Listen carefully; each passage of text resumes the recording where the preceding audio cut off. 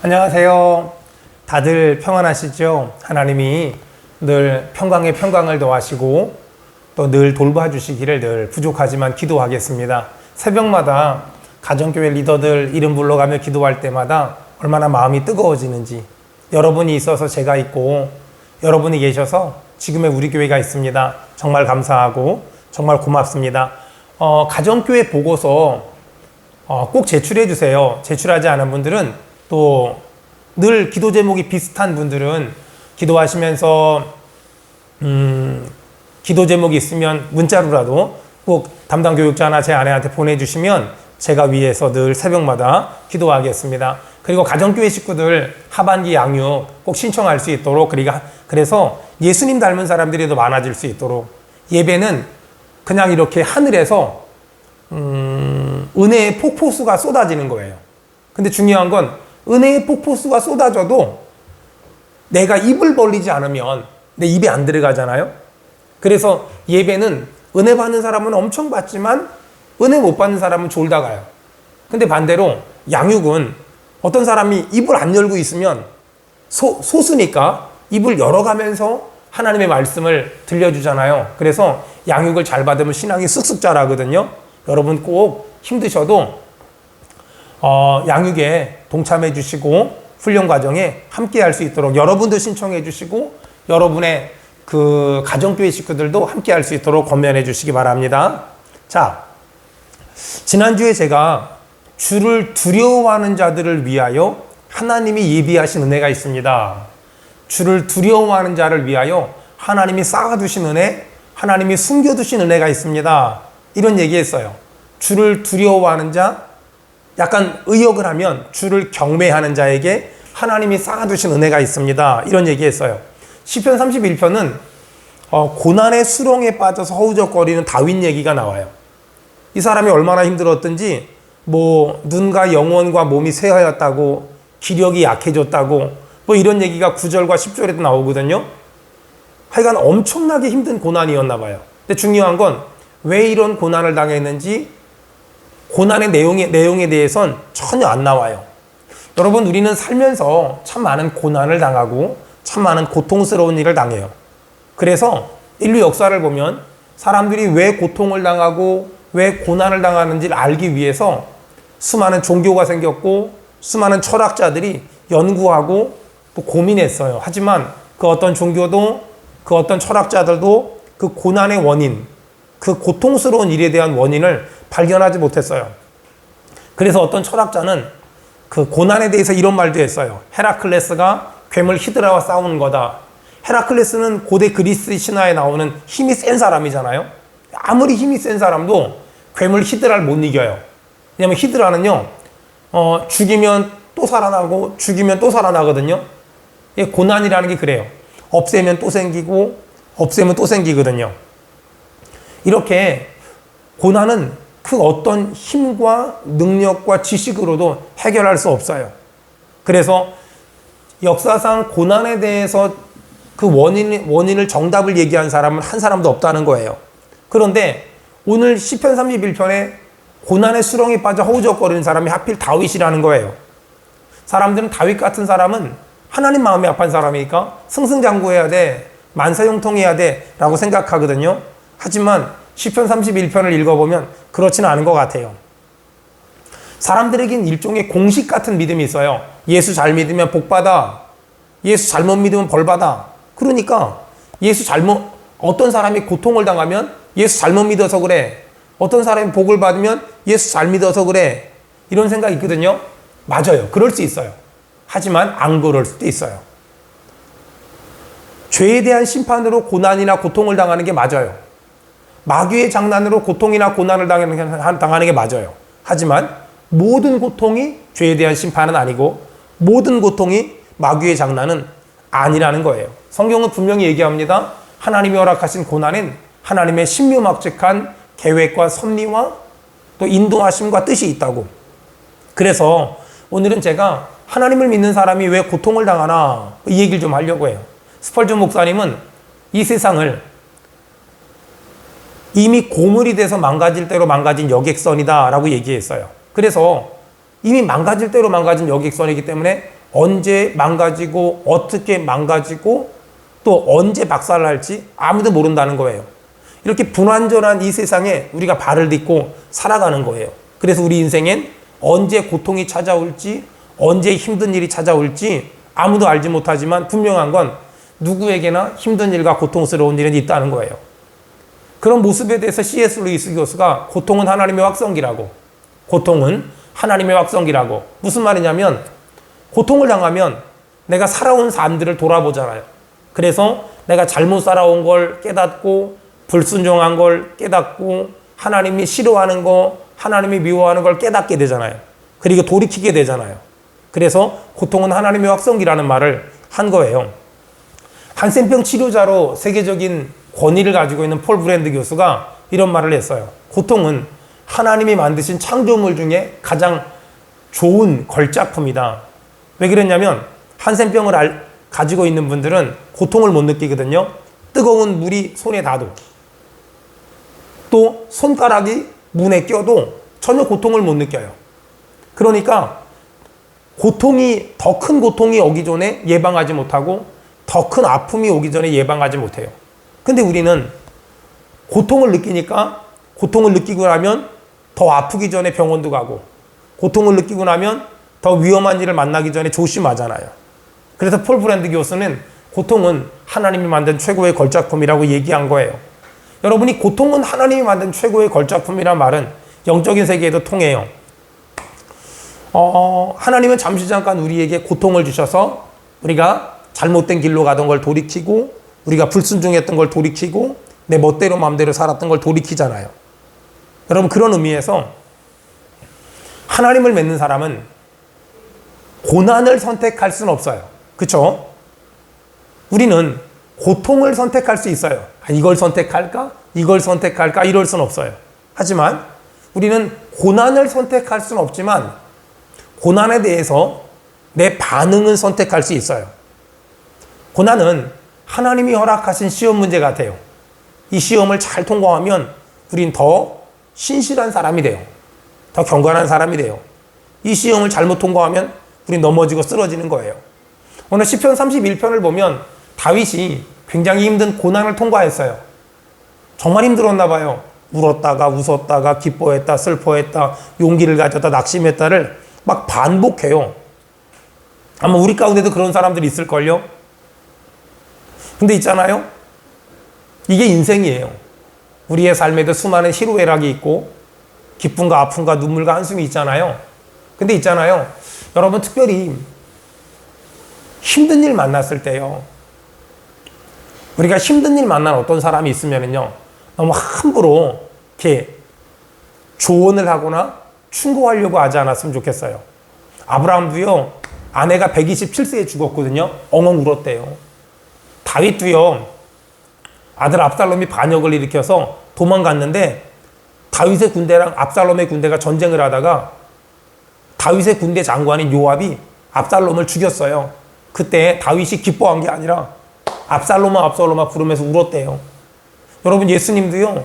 나사로의 무덤 앞에서 울었대요. 그런 걸 보면 누군가 고통당해서 울고 있을 때 너무 성급하게 위로하는 건 좋지 않아요. 왜냐하면 그 고난을 당해보지 않은 사람은 절대 모르는 고난의 아픔과 고난의 깊이와 고난의 넓이가 있어요. 어떤 사람들은 아니 예수 믿으니까 괜찮잖아. 믿음이 있으니까 괜찮잖아 라고 말하지만 그거하고는 다른 영역이에요. 저는 그래서 내가 힘들 때 있잖아요. 하나님은 아셔. 사람은 몰라도 하나님은 아셔. 이 믿음을 회복했으면 좋겠어요. 제가 처음 교육자 생활했을 때 우리 목사님이 그랬어요. 맨날 무슨 일만 있으면 교회 뒷동산에 약수터 올라가서 아시지요 아시지요 아시지요 주님을 얼마나 찬송했는지 몰라요. 우린 살다 보면 수백 수천 가지 문제를 만나고 어려움을 만나요. 여러분 그때 고난을 선택할 수는 없지만 고난에 대한 내 반응은 내가 선택할 수 있어요. 오늘 시편 31편은 다윗을 통해서 고난을 만났을 때 이렇게 반응해라 두 가지 얘기예요. 자 14절 볼까요? 첫 번째는 여호와여 그러하여도 나는 주께 의지하고 요즘 말로 말하면 여호와여 그리 아니하실지라도 주님을 의지하겠다고. 또 여호와여 그럼에도 불구하고 주님을 의지하겠다고. 여러분 이것이 우리의 반응이 돼야 돼요. 예전에 홀로코스트란 영화가 있었는데 유럽에 있는 유대인들을 독일 나치들이 600만을 죽였어요. 막 아우슈비츠 수용소에 가둬놓고 강제 수용소에 가둬놓고. 근데 있잖아요. 그걸 끝까지 지켜본 위젤이라는 사람이 있었는데 전쟁이 끝나고 나서 국제재판소에 고소했어요. 하나님이 살아계시면 이럴 수 없다. 여러분 이렇게 하나님을 믿지 않는 사람들은 자신의 고통스러운 현실 앞에 하나님이 살아있으면 이럴 수 있냐고, 하나님이 살아있으면 어떻게 이런 일이 생길 수 있냐고 얘기해요. 하지만 하나님을 믿는 사람은 오늘 다윗처럼 그럼에도 불구하고 주님을 의지하겠다고, 그리 아니하실지라도 주님을 의지하겠다고. 여러분 이렇게 반응해야 돼요. 또 두 번째 14절에 보니까 다윗은 그 죽고 싶을 만큼 고통스러운 시간을 지나면서 이렇게 고백해요. 14절에 주는 내 하나님이시라. 주는 내 하나님이시라. 욥이 모든 걸 잃고서 심지어 병까지 걸려서 주저앉아 있을 때 욥의 아내가 욥에게 뭐라 그랬죠? 하나님 욕하고 죽으라고. 그때 욥이 뭐라 그랬어요? 하나님이 복도 줬고 하나님이 화도 주실 수 있거늘 어떻게 하나님을 원망할 수 있느냐. 이 모든 일에 욥이 입술로 범죄하지 않았대요. 여러분 이것이 성도의 고백이에요. 여러분 이렇게 어떤 고난을 만났을 때 14절의 반응. 그러하여도 나는 주님을 의지하겠습니다. 주님은 내 하나님이십니다.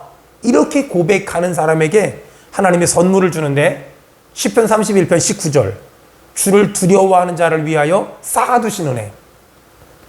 두려워한다는 건 경외한다는 거거든요. 두렵고 떨림이 있는 거잖아요. 주를 두려워하는 자들을 위하여 쌓아두신 은혜. 다른 성경엔 숨겨두신 은혜를 주님 주시겠다고 약속하셨어요. 자, 그렇다면 하나님을 경외하는 자란 어떤 뜻일까? 14절에요. 어떤 고난이 왔을 때 그럼에도 불구하고 주님을 의지하겠다고, 주님은 내 하나님이라고 고백하는 사람에게 하나님이 숨겨두신 은혜, 쌓아두신 은혜를 주시겠다고 약속하셨거든요. 여러분 이 은혜는요, 조금만 힘들면 하나님이 어딨냐고, 하나님이 살아있으면 이럴 수 있냐고, 이런 사람에게는 해당되지 않는 은혜예요.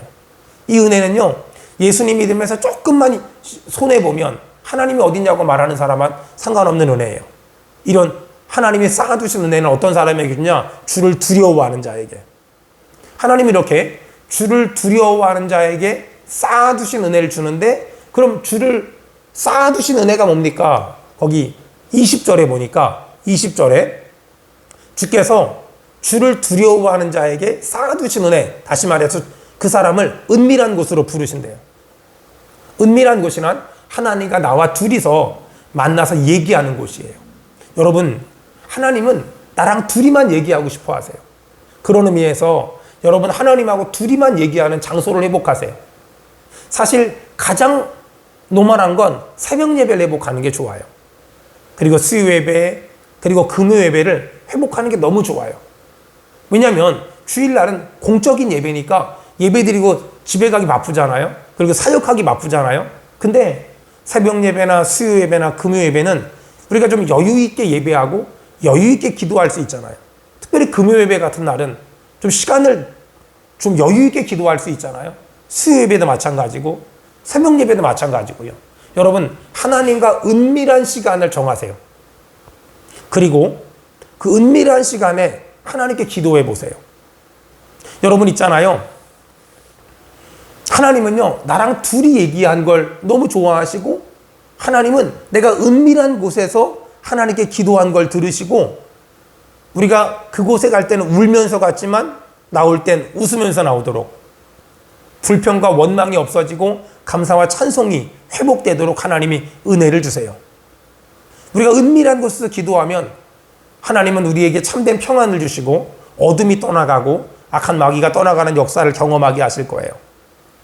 다윗은요, 압살롬의 반역을 경험했음에도 불구하고 은밀한 곳에서 하나님께 기도했거든요. 그 결과 하나님은 아히도벨이라는 당시의 최고의 군사 전략가였던 아히도벨이 압살롬과 세운 전쟁 전략이 패하게 만들었어요. 여러분, 이렇게 하나님하고 은밀한 곳에서 기도하잖아요. 그럼 하나님이 복을 주는데 8절, 나를 원수의 수중에 가두지 아니하셨고 내 발을 넓은 곳에 두셨습니다. 이 넓은 곳이라는 거는요, 하나님이 우리가 은밀한 곳에서 기도하면 넓은 마음을 주시고 멀리 보는 안목을 주세요. 우리가 고난을 당하면 가장 큰 문제가 뭔지 아세요? 시야가 좁아지고 생각이 좁아지고 마음이 좁아지는데, 하나님은 은밀한 곳에서 기도하는 사람에게 넓은 마음과 멀리 볼 수 있는 안목을 주신다는 거예요. 여러분, 지금 당장만 바라보고 있지 않습니까? 현실의 무게에 짓눌려 있지 않습니까? 여러분, 다시 은밀한 곳에서 하나님께 기도하세요.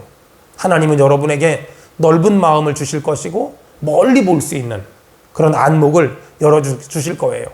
참, 이렇게 하나님 앞에 은밀하게 기도하는 사람에게 오늘 하나님 중요한 얘기 하세요. 너 이렇게 예수 믿었으면 좋겠어. 너 이렇게 신앙생활 했으면 좋겠어. 자, 시편 31편 23절 24절에 하나님은 우리에게 두 가지 요구하세요. 첫째는 하나님을 사랑해라. 하나님을 사랑해라. 로마서 8장 28절에 하나님을 사랑하는 자, 그 뜻대로 부르심을 입은 자들에겐 결국 모든 게 합력해 선이 된대요.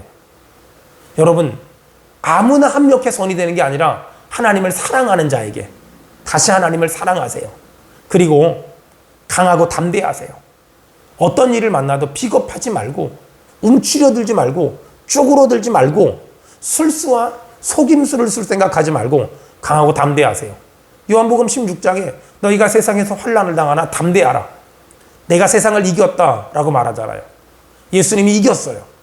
우리는 이 세상에서 이길 수 있을까? 이게 아니라 우린 이겼어요. 왜? 예수님이 이미 이겨놓으셨기 때문에요. 다시 여러분, 하나님과 나와 1대1의 관계를 회복하세요. 새벽 예배든 수요 예배든 금요 예배든 아니면 차 안이든 아니면 회사에서 여러분의 집무실이든 여러분이 근무하는 곳이든 하나님과 여러분과의 1대1의 관계를 회복하고 다시 말씀을 읽고 다시 기도하고 다시 예배하세요. 하나님이 여러분에게 놀라운 은혜 주실 줄로 믿습니다. 이번 한 주간 여러분의 가정교회마다 하나님의 은혜 주시길 축복하며 회복의 역사가 있기를 기도하겠습니다. 모두 승리하세요. 감사합니다.